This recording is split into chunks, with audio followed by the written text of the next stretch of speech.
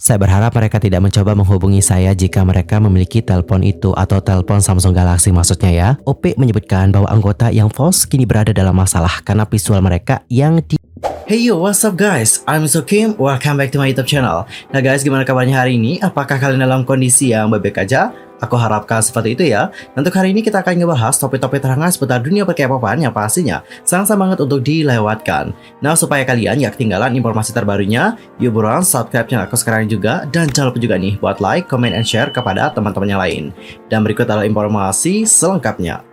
Di berita pertama kita akan membahas tentang Gangnam Box Girl yang baru-baru ini ramai diperbincangkan oleh banyak orang. Topik yang satu ini juga viral banget di Korea dan juga menuai kontroversi. Lantas seperti apakah informasi selengkapnya? Yuk mari kita kepoin bareng-bareng.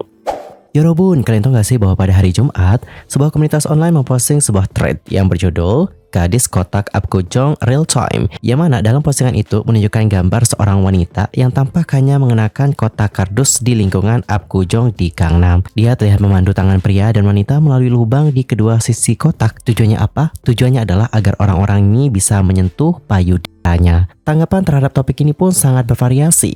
Beberapa orang menanggapinya dengan humor, dengan berkomentar, "Ini loh sebabnya kami itu harus tinggal di Seoul." Terus ada juga yang komen dengan menganjurkan budaya seksual yang lebih terbuka. Di sisi lain muncul kritik yang menyebut penampilan perempuan itu merupakan tindakan cabul dan juga objektifikasi terhadap perempuan. Kalau kalian sendiri gimana menanggapi hal ini? Apakah kalian menanggapinya dengan humor atau justru memberikan kritikan? Antar komennya di kolom komentar.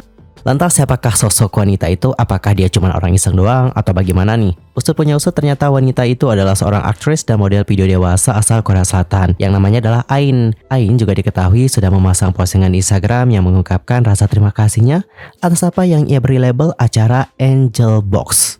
Untuk Ain sendiri menyebutnya sebagai sebuah bentuk seni pertunjukan dan mengatakan dalam sebuah wawancara dengan media lokal bahwa hal itu dimaksudkan untuk menantang standar ganda dalam memandang tubuh laki-laki dan perempuan di masyarakat. Ia juga menjelaskan bahwa dia mendapat dorongan dari kepala eksekutif agensinya yang menyarankan hal tersebut sebagai cara untuk menantang budaya seksual konservatif Korea Selatan untuk tujuan promosi.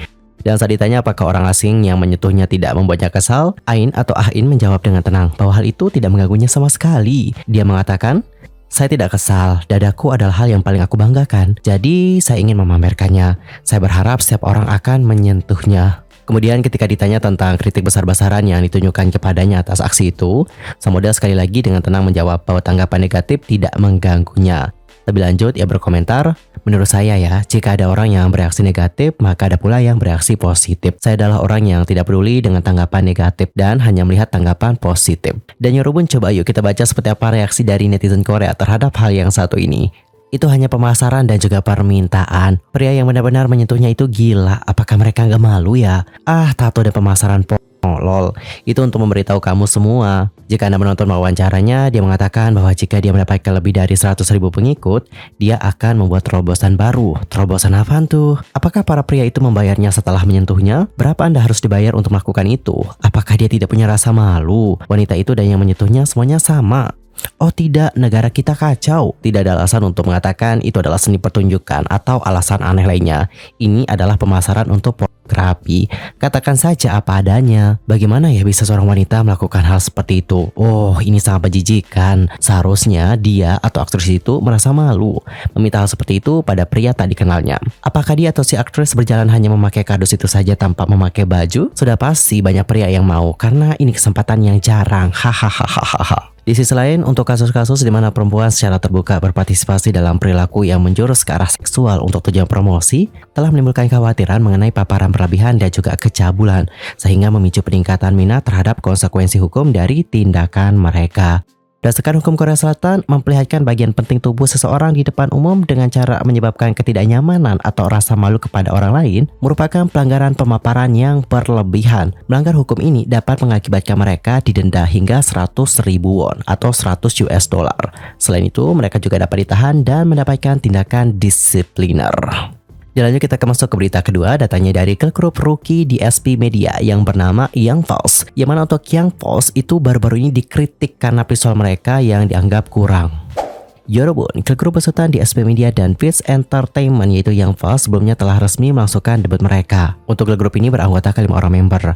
Mereka adalah Sun Hye, Yeonjong, Jiana, Do-eun, dan Ji-eun. Dan untuk member-membernya itu kelahiran tahun 2004, 2006, 2007 hingga 2009. Wow, masih muda banget ya. Momen debutnya Young Falls menandai 8 tahun jarak dari klub grup terakhir di SP Media yaitu April. Yang mana untuk April debut pada tahun 2015 silam. Debut Young Falls mengusung konsep yang unik nih, berupa menu makanan macaroni cheese dengan tiap member digambarkan sebagai bahan-bahannya. Untuk album debut mereka diberi nama Macaroni Cheese yang memiliki konsep fresh dan juga menggemaskan, khas anak-anak remaja gitulah. Lewat album tersebut, girl group Rookie ini merilis 4 lagu, dengan 2 diantaranya ditulis sendiri oleh para member. Namun sayang nih, meskipun menuai antusiasme dari para penggemar, tetapi debut dari Young Falls ternyata juga tak lepas dari kritikan netizen. Jadi setelah menyaksikan MV untuk lagu debut mereka, seorang OP kemudian memberikan komentar yang cukup menohok untuk Young Falls. OP menyebutkan bahwa anggota Young Falls kini berada dalam masalah karena visual mereka yang dinilai kurang cantik. Memang untuk idol sendiri terutama di masa sekarang, visual biasanya menjadi salah satu nilai tambah bagi karir mereka. Namun hal tersebut juga tentunya bukan menjadi poin penting dari penampilan sang idol, di samping kemampuan mereka yang memang mumpuni. Menanggapi pernyataan dari sang OP, banyak netizen yang kemudian memberikan beragam reaksi mereka. Dan coba kita baca seperti apa komentar-komentar dari Netcore. Yang pertama ada yang komen, anak-anak seperti anggota RIS juga bisa debut. Lalu kenapa dengan mereka? Maksudnya kenapa nih bawa RIS? Ada apa dengan RIS? Bukankah perkataanmu terlalu kasar ya? Mereka pastinya juga punya penggemar. BTS dan RIS juga dikritik tanpa ampun karena visual mereka. Dan sekarang kalian mengatakan bahwa jangan mengkritik Young Falls karena mereka adalah putri dari seseorang. Lalu menurutmu anggota BTS dan RIS tidak punya orang tua? Aku berharap mereka jadi grup yang berbakat sih. Bukankah di SP Media dahulu adalah rival SM? Tapi menurutku mereka bekerja cukup baik sih hingga idol generasi ketiga. Meskipun ada banyak perbincangan tentang April, tapi kemampuan anggota dan lagunya juga bagus kok. Aku tidak tahu mereka menyebutkan grup baru. Dan kalau kalian sendiri gimana nih pendapatnya tentang hal yang satu ini? Nanti langsung aja ya, sampaikan di kolom komentar. Di sisi lain, di SP Media dikenal sukses meluncurkan artis K-pop dari generasi ke generasi. Antara lain seperti Sechkies dan juga Pin KL, hingga Kara, Rainbow, Avril, Mirei, hingga Card. Bekerja sama dengan Kiken yang memproduksi dan juga menulis lirik untuk banyak artis K-pop termasuk Seventeen, Twice, Wanna One, dan juga Cosmic Girls. Kedua agensi ini yaitu di SP Media dan juga Beats Entertainment berencana untuk menciptakan sinergi dalam mendebutkan ke grup Young Falls. Dan untuk topik terakhir kita akan membahas tentang kontroversi yang muncul terkait sikap seorang wanita muda Korea terhadap merek smartphone. Yang mana dia mengatakan, saya tidak berkencan dengan pria yang menggunakan ponsel Samsung. Saluran YouTube populer Chung Ju-si menjadi kontroversi setelah memposting wawancara dengan seorang mahasiswi yang mengatakan dia memilih untuk tidak bergaul dengan pria yang menggunakan ponsel Samsung. Klip video tersebut menimbulkan kontroversi online dan dihapus kurang dari 24 jam kemudian karena panas. Pada tanggal 14 Oktober, ada sejumlah forum online Korea mengangkat video kontroversial yang diunggah pada hari sebelumnya. Dalam video tersebut, Kim Son-tae yang juga dikenal sebagai Hongboman di saluran YouTube Chung Ju-si mewawancari mahasiswa. Kita sebut saja namanya adalah A. Jadi untuk A saat ini kuliah di sebuah universitas swasta di Seoul. Nah di sini youtubernya mengajukan pertanyaan nih. Pertanyaannya kayak gini. Saya hanya bertanya karena penasaran.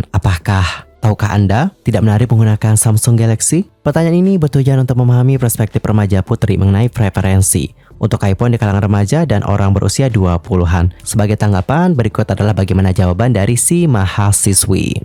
Saya berharap mereka tidak mencoba menghubungi saya jika mereka memiliki telepon itu atau telepon Samsung Galaxy maksudnya ya. Seorang pria meminta nomor telepon teman saya dan dia memegang telepon Galaxy dan dia merasa malu. Kemudian ketika sang YouTuber bertanya, jadi apakah dia tidak menghubunginya karena dia menggunakan ponsel Galaxy? Kemudian mahasiswa itu menjawab, ya tidak, ada banyak orang seperti kita. Dan video ini pun memicu perdebatan online. Netizen berkata, sangat menghakimi. Jika orang menggunakan iPhone memiliki mentalitas yang sama dengannya, saya sekarang harus menghindari wanita yang menggunakan iPhone. Gila sekali, mendiskriminasi orang berdasarkan ponsel apa yang mereka gunakan. Setelah menonton video tersebut, saya memutuskan untuk membeli Galaxy. Saya tidak tahu loh bahwa Samsung Galaxy menyatakan fitur untuk membantu Anda menghindari wanita dangkal dan juga gila. Wih, saya yakin Anda gadis-gadis ini ingin berkencan dengan pria yang bekerja di Samsung. Suka sekali berkencan dengan seseorang yang bekerja untuk Samsung, tetapi tidak mau berkencan dengan seseorang yang menggunakan ponsel Samsung. Aku akan terus sih pakai Samsung karena Samsung membantuku mengusir gadis-gadis gila ini. Wow, sungguh sombong. Itu adalah mentalitas kelompok untuk sebuah brand ponsel. Anak muda begitu dangkal akhir-akhir ini. Oke, teman-teman, jadi seperti itulah komentar-komentar dari netizen terhadap kontroversi ini. And how about your opinion? Di sisi lain, dalam kasus yang sama juga, ada seorang penyanyi yang bernama Sung Si Kyung berbagi pengalaman di saluran YouTube-nya, di mana dia diperlakukan seperti lelaki tua atau ahjusi oleh seorang wanita muda karena dirinya menggunakan ponsel pintar Samsung Galaxy. Sung Si Kyung mengatakan, di kalangan anak muda ada persepsi bahwa kamu harus menggunakan iPhone dan Samsung Galaxy ditujukan untuk orang tua, dan itu menyedihkan. Dan menurut jajak pendapat Girl Up Korea yang dilakukan pada Juli 2023 mengenai penggunaan dan brand ponsel cerdas atau smartphone, 65% masyarakat Korea berusia 18-29 tahun menggunakan iPhone Apple. Sementara untuk 32%-nya menggunakan ponsel Samsung Galaxy. Dalam survei yang sama yang dilakukan tahun lalu, tingkat penggunaan brand untuk kelompok usia yang sama adalah 52% untuk iPhone dan 44% untuk ponsel Samsung Galaxy. Dalam hal gender, ada 71% wanita berusia 18-29 tahun menggunakan iPhone.